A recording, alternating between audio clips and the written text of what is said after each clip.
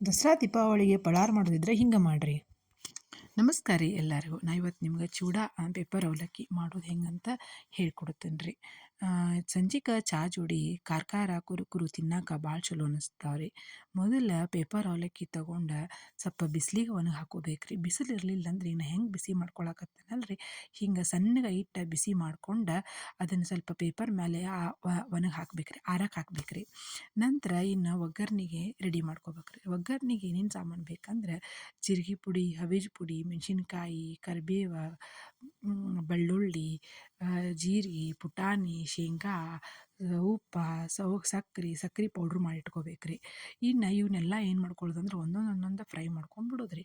ಯಾಕಂದ್ರೆ ಒಮ್ಮೆ ಒಗ್ಗರ್ಣೆ ಹಾಕಕ್ಕೆ ಹೋದ್ರಿ ಅಂದ್ರೆ ಭಾಳ ಹಾಕೊಂಡ್ರೆ ನಿಮಗೆ ಸ್ವಲ್ಪ ಇದ್ರೆ ಏನು ಅನ್ಸೋದಿಲ್ಲ ರೀ, ಭಾಳ ಆಗಾನೆ ನಿಮಗೆ ಅಷ್ಟು ಸರಿಯಾಗಿ ಅವು ಫ್ರೈ ಆಗೋದಿಲ್ಲ ರೀ. ಅದಕ್ಕೆ ಒಂದೊಂದು ಒಮ್ಮೆ ಶೇಂಗಾ, ಒಮ್ಮೆ ಕರಿಬೇವು, ಒಮ್ಮೆ ಮೆಣಸಿನ್ಕಾಯಿ, ಒಮ್ಮೆ ಬೆಳ್ಳುಳ್ಳಿ, ಹಿಂಗೆ ಎಲ್ಲಾನು ಸಪ್ರೇಟಾಗಿ ಬಿಸಿ ಎಣ್ಣೆಯಾಗ ಫ್ರೈ ಮಾಡ್ಕೊಂಡು ಚೆಂದಾಗಿ ಫ್ರೈ ಮಾಡ್ಕೊಂಡು ಇಟ್ಕೊಂಡ್ಬಿಡ್ಬೇಕು ರೀ.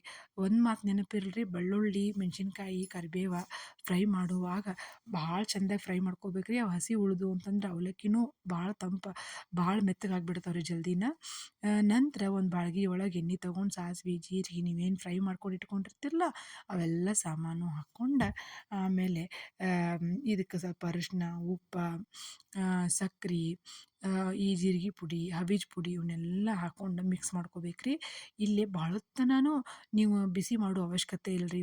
ಮತ್ತು ಇನ್ನು ಪುಟಾಣಿ ಅದಾವಲ್ಲ ರೀ, ಲಾಸ್ಟ್ ಹಾಕ್ಕೊಂಡ್ರೆ ಸಾಕು ರೀ. ಇದನ್ನು ಏನು ಮೊದಲು ಫ್ರೈ ಮಾಡ್ಕೋಬೇಕನ್ನೋ ಅವಶ್ಯಕತೆ ಇರೋದಿಲ್ಲ ರೀ. ಇಲ್ಲೇ ಮತ್ತು ಇನ್ನೊಂದು ಏನಪ್ಪ ಅಂತಂದ್ರೆ, ಈ ಜೀರಿಗೆ ಪುಡಿ, ಹವೀಜ್ ಪುಡಿ ಐತಲ್ಲ ರೀ, ಇದನ್ನು ನಾನು ಹುರಿದು ಪುಡಿ ಮಾಡ್ಕೊಂಡಿರೋದಲ್ಲ ರೀ, ಹಂಗೆ ಹಸಿದ ಪುಡಿ ಮಾಡ್ಕೊಂಡಿರ್ತೇನೆ ರೀ. ಆಮೇಲೆ ಏನು ಒಗ್ಗರಣೆ ಹಾಕಿಟ್ಕೊಂಡಿರ್ತಿರಲ್ಲ ಇದನ್ನು ಇಲ್ಲಿ ನೀವು ಬಿಸಿ ಮಾಡ್ಕೊಂಡು ಇಟ್ಕೊಂಡಿರ್ತಿರಲ್ಲ ಅವಲಕ್ಕಿಗೆ ಹಗುರ್ಕ ಕುಡಿಸ್ಕೊಂತ ಬರ್ಬೇಕು ರೀ. ಹುಷಾರು ರೀ ಮತ್ತು, ಯಾಕಂದ್ರೆ ಅವಲಕ್ಕಿ ಭಾಳ ತೆಳ್ಳಗಿರ್ತಾವೆ ರೀ, ಅದಕ್ಕೆ ಮುರಿದು ಬಿಡ್ತಾವೆ ರೀ ಅವಲಕ್ಕಿ.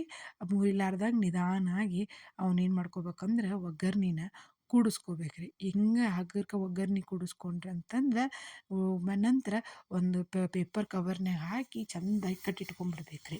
ಇಲ್ಲಾಂದ್ರೆ ಮೆತ್ತಗಾಗ್ಬಿಡ್ತಾವೆ ರೀ. Thank you.